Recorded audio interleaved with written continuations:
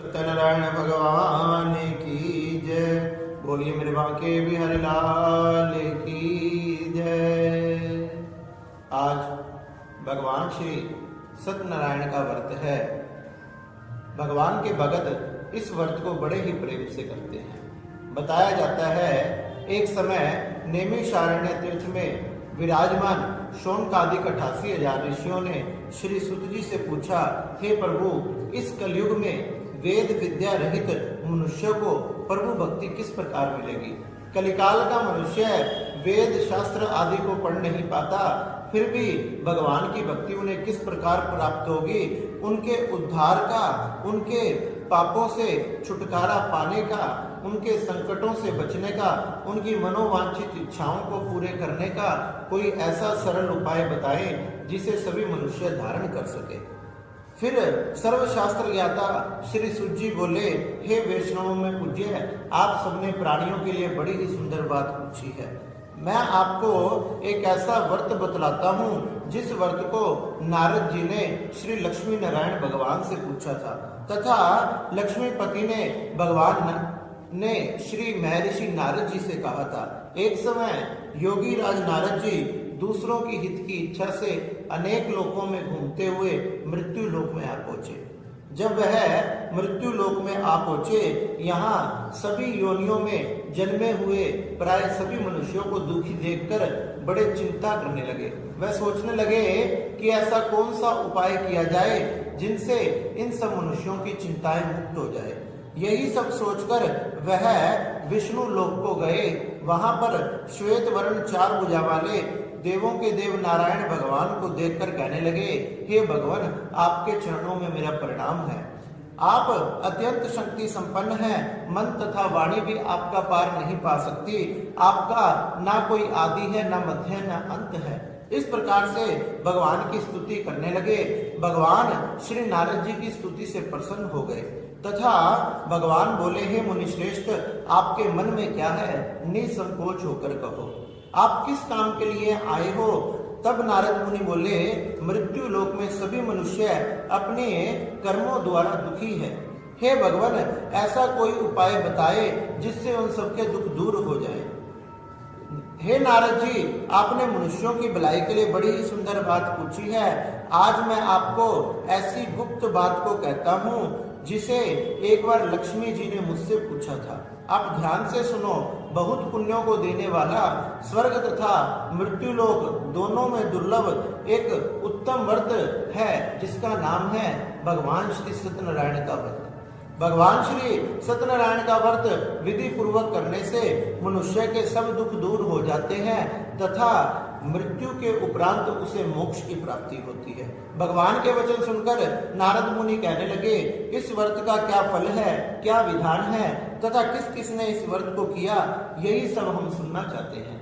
भगवान बोले, दुख शोक आदि को दूर करने वाला, धन धान को बढ़ाने वाला तथा सौभाग्य तथा संतान को देने वाला यह व्रत सभी स्थानों पर विजय प्रदान करने वाला है।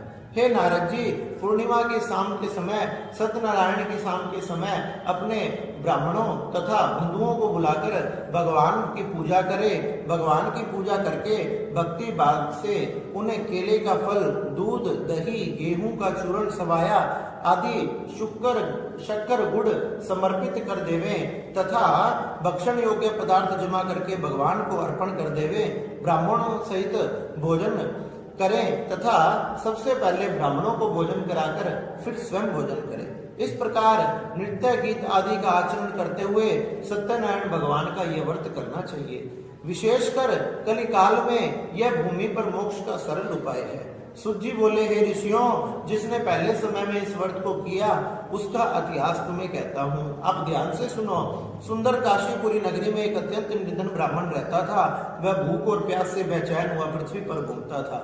ब्राह्मणों से प्रेम करने वाले भगवान ने एक दिन उस ब्राह्मण को दुखी देखा तो बूढ़े ब्राह्मण का रूप बनाकर उसके पास जाकर पूछने लगे कि आप नित्य पृथ्वी पर दुखी होकर क्यों घूमते हो?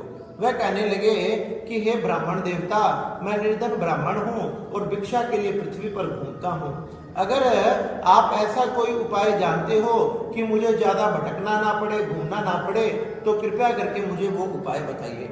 जब बूढ़े ब्राह्मण का रूप धारण करने वाले नारायण भगवान कहने लगे, हे ब्राह्मण, आप सत्यनारायण भगवान का व्रत करो, वह व्रत सभी की मनोकामनाओं को पूर्ण करने वाला है, इसलिए आपने उसका व्रत करना चाहिए। उस ब्राह्मण को नारायण भगवान ने व्रत का सारा विधान बताया और व्रत का विधान बता के अंतर ध्यान हो गए। जिस व्रत को वृद्ध ब्राह्मण ने बतलाया उस व्रत को मैं करूंगा ऐसा निश्चय कर कर आज जैसे ही वह भिक्षा मांगने के लिए गए तो उन्हें बहुत सा धन प्राप्त हुआ। उन्होंने भगवान की भोग की सामग्री जुटाकर भगवान का बंधुओं के साथ व्रत किया तथा सब दुखों से छूटकर संपत्ति से युक्त हो गया। उस समय से वह ब्राह्मण हर मास ये व्रत करने लगा। इस तरह सत्यनारायण भगवान के व्रत को जो करेगा वह सब पापों से छूटकर मोक्ष को प्राप्त होगा। बताया आगे भी जो पृथ्वी पर इस व्रत को करता है वह सब दुखों से छूट जाता है। इस तरह नारद जी ने नारायण का कहा हुआ ये व्रत मैंने तुमसे कहा, हे विप्रो, अब मैं और क्या कहूँ। ऋषि बोले, हे मुनीश्वरों, संसार में इस ब्राह्मण से सुनकर किस किसने इस व्रत को किया ये भी हम सुनना चाहते हैं, इसके लिए हमारे मन में श्रद्धा है। सूत जी बोले, हे मुनियों, जिसने पहले इस व्रत को कहा उसे मैं कहता हूँ, आप ध्यान से सुनो। एक समय एक ब्राह्मण धन तथा ऐश्वर्य के अनुसार बंधु बांधुओं के साथ व्रत करने के लिए तैयार हुआ। उसी समय एक लकड़ी बेचने वाला बूढ़ा आदमी वहां आया। बूढ़े आदमी ने 12 लकड़ियों को रखकर ब्राह्मण के मकान में गया। प्यास से दुखी होकर लकड़हारा उनको व्रत करते हुए देखकर पूछने लगा कि आप ये क्या कर रहे हैं। वह कहने लगे, हम सबों मनोकामनाओं को पूर्ण करने वाला सत्यनारायण भगवान की कृपा से उन्हीं का व्रत कर रहे हैं। इन्हीं की कृपा से हमारे यहाँ धनदान आदि की वृद्धि हुई है। ब्राह्मण से इस व्रत के बारे में सब कुछ जानकर लकड़हारा बड़ा प्रसन्न हुआ और चरणामृत तथा प्रसाद लेकर घर आ गया। लकड़हारे ने अपने मन में संकल्प किया कि आज ग्राम में लकड़ी बेचने से जो धन प्राप्त होगा मैं भी उसी से ये व्रत धारण करूंगा। ऐसा विचार कर कर जहाँ धनवान लोग रहते थे वहां लकड़ी बेचने के लिए गया तो आज उसे बहुत सा धन प्राप्त हुआ। उसे रोज से दुगना दाम मिला। आज वह बड़ा प्रसन्न हुआ। वह भगवान के लिए फल फ्रूट तथा घी, शक्कर, गेहूं, दूध, दही आदि लेकर सत्यनारायण भगवान की पूजा की सारी सामग्रियां लेकर अपने भाइयों को बुलाकर विधि पूर्वक भगवान का पूजन करने लगा। उस व्रत के प्रभाव से वह बूढ़ा लकड़हारा धन तथा पुत्र आदि से युक्त हो गया और समस्त सुख भोग कर बैकुंठ को चला गया। सूत बोले, हे श्रेष्ठ मुनियों, आगे की कथा कहता हूँ, ध्यान से सुनो। पहले समय में उल्कामुख नाम का एक बुद्धिमान राजा था। वह सत्य वक्ता और जितेंद्रिय था। प्रतिदिन देव स्थानों पर जाता, गरीबों को धन देता तथा उनके कष्ट को दूर करता था। भद्रशिला नदी के तट पर उन दोनों ने सत्यनारायण भगवान का ये व्रत किया।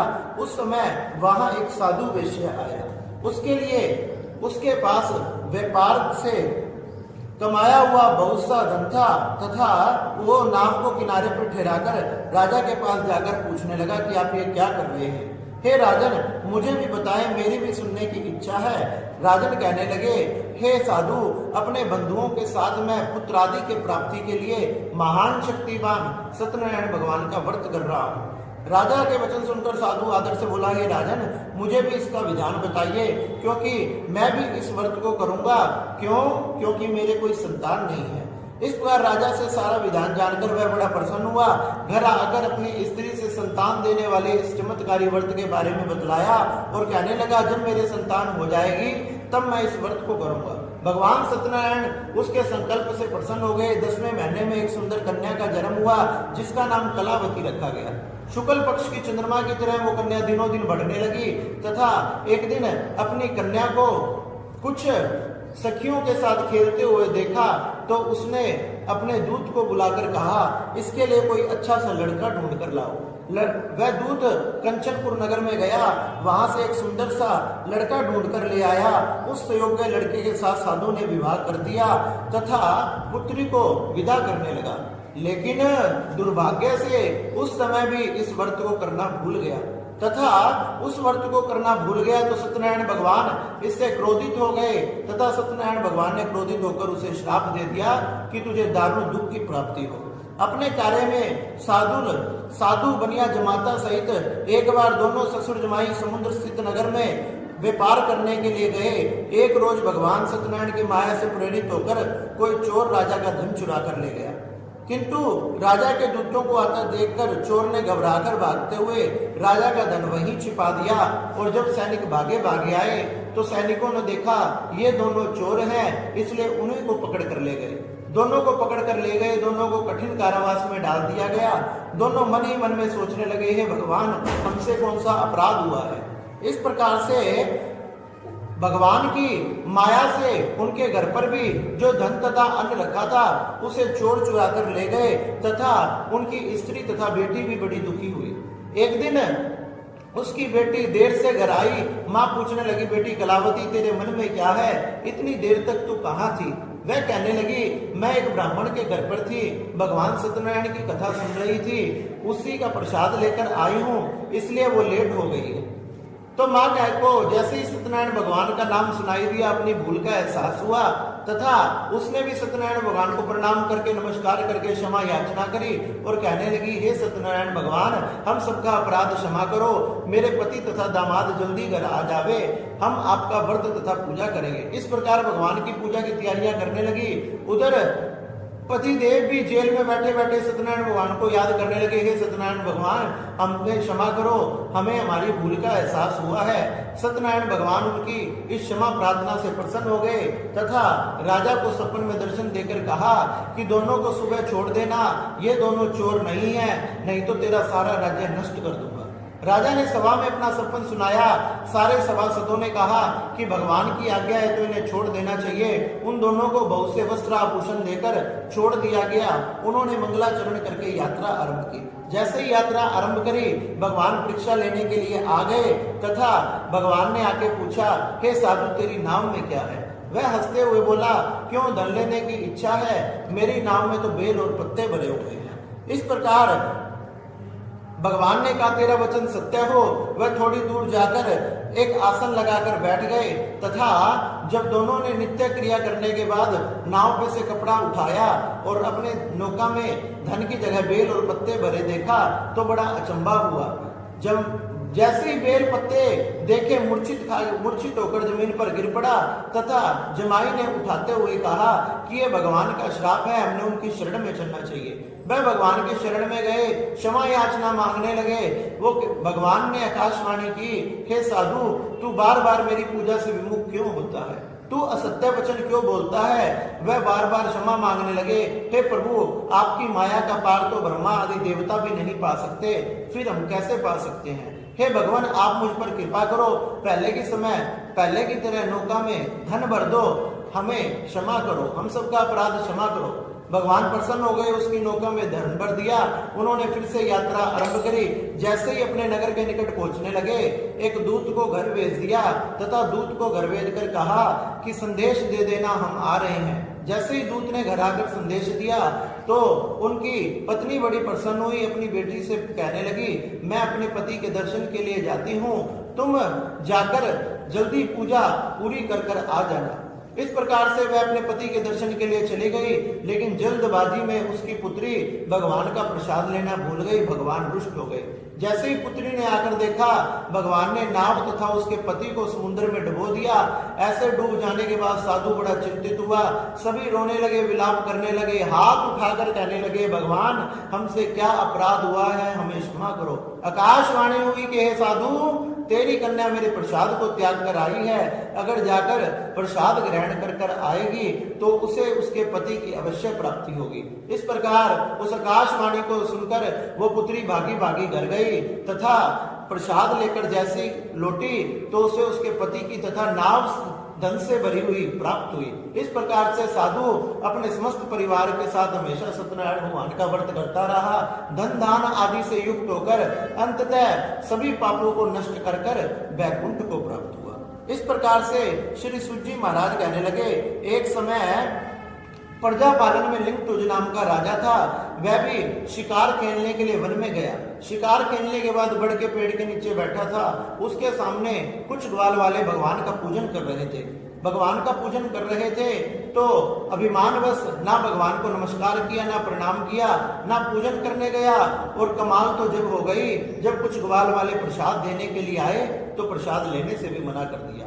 इस प्रकार जब जैसे ही अपने नगर को वापस लौटा, नगर चारों तरफ से नष्ट भ्रष्ट पाया, साधु संतों से पूछा तो उन्होंने कहा तुझसे जरूर भगवान का कोई अपराध हुआ है, अपनी भूल का एहसास हुआ।